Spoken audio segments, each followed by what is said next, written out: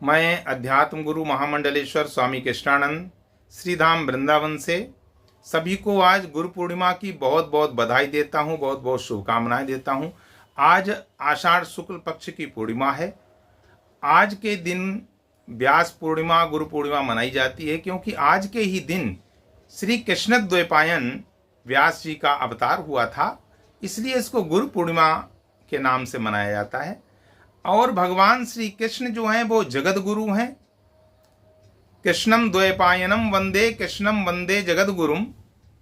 तो और व्यास जी भी आदि गुरु हैं, जिन्होंने संपूर्ण वैदिक वांग्मय लिखा है। चारों वेद, उपनिषद, 18 पुराण, वेदांत, महाभारत, संपूर्ण जितना भी शास्त्र है वो सब वेद व्यास जी के द्वारा ही प्रणीत है।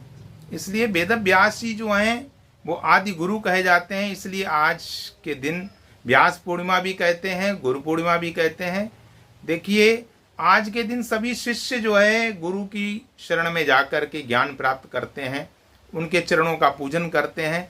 ये गुरु पूर्णिमा पूरे भारतवर्ष में मनाई जाती है और जहाँ जहाँ सनातनी हिंदू रहते हैं पूरे विश्व में मनाई जाती है। लेकिन श्रीधाम वृंदावन का विशेष महत्व है, क्योंकि यहाँ पर जगत गुरु भगवान श्री कृष्ण का अवतरण हुआ था। कृष्णम वंदे जगत गुरुम।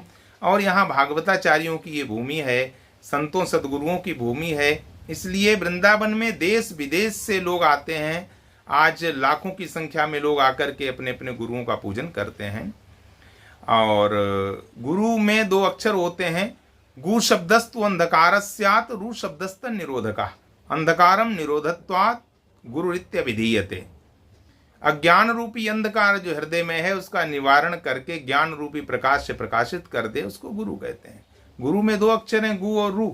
गु का मतलब है कि जो गूढ़ तत्व है हृदय में छिपा हुआ, उस गूढ़ तत्व से जो रूबरू करा दे, उसका प्रत्यक्षीकरण करा दे, उसको गुरु कहते हैं। जो भी ज्ञान प्राप्त करना चाहता है अथवा आत्म कल्याण करना चाहता है, उसको गुरु की शरण में जाना चाहिए। वाल्मीकि जी ने भी कहा प्रभु श्री राम जी से कि सकल भाय से वही सुख मान, सकल भाय से वही सन मानी, और तुमते अधिक गुरु ही जिय जानी। तुमसे भी बढ़कर यानी परमात्मा से भी बढ़कर के गुरु को मानना चाहिए। बृहदारण्यक उपनिषद कहता है कि तद विज्ञानार्थम गुरुमेवाभिगच्छेत समित पाणि श्रोत्रियम ब्रह्मनिष्ठम। जो श्रोत्री और ब्रह्मनिष्ठ गुरु है उसके पास में शिष्य को समित पाणी होकर के हाथ में समिधा लेकर के जाना चाहिए। नतमस्तक शरणागत होकर के समर्पित भाव से जाना चाहिए। श्रीमद् भागवत महापुराण के 11 स्कंद में भी आया है कि तस्मात् गुरुम प्रपद्येत जिज्ञासु श्रेय उत्तमम। जो उत्तम श्रेय की प्राप्ति करना चाहता है, उत्तम कल्याण की प्राप्ति करना चाहता है और जिज्ञासु है, आत्मज्ञान चाहता है, परमात्म ज्ञान चाहता है, उसको उस गुरु की शरण में जाना चाहिए। और गुरु कैसा होना चाहिए कि शाब्दे परे च निष्णातम ब्रह्मणि उपशमाश्रयम। शब्द ब्रह्म और परब्रह्म दोनों में निष्णात हो। शब्द ब्रह्म का मतलब वैदिक वांग्मय, वेद, पुराण, शास्त्र, उपनिषद, श्रीमद् भगवद गीता, 18 पुराण, रामायण, महाभारत आदि सभी का सम्यक प्रकार से ज्ञान हो, तभी वो शिष्य की शंकाओं का समाधान कर सकता है।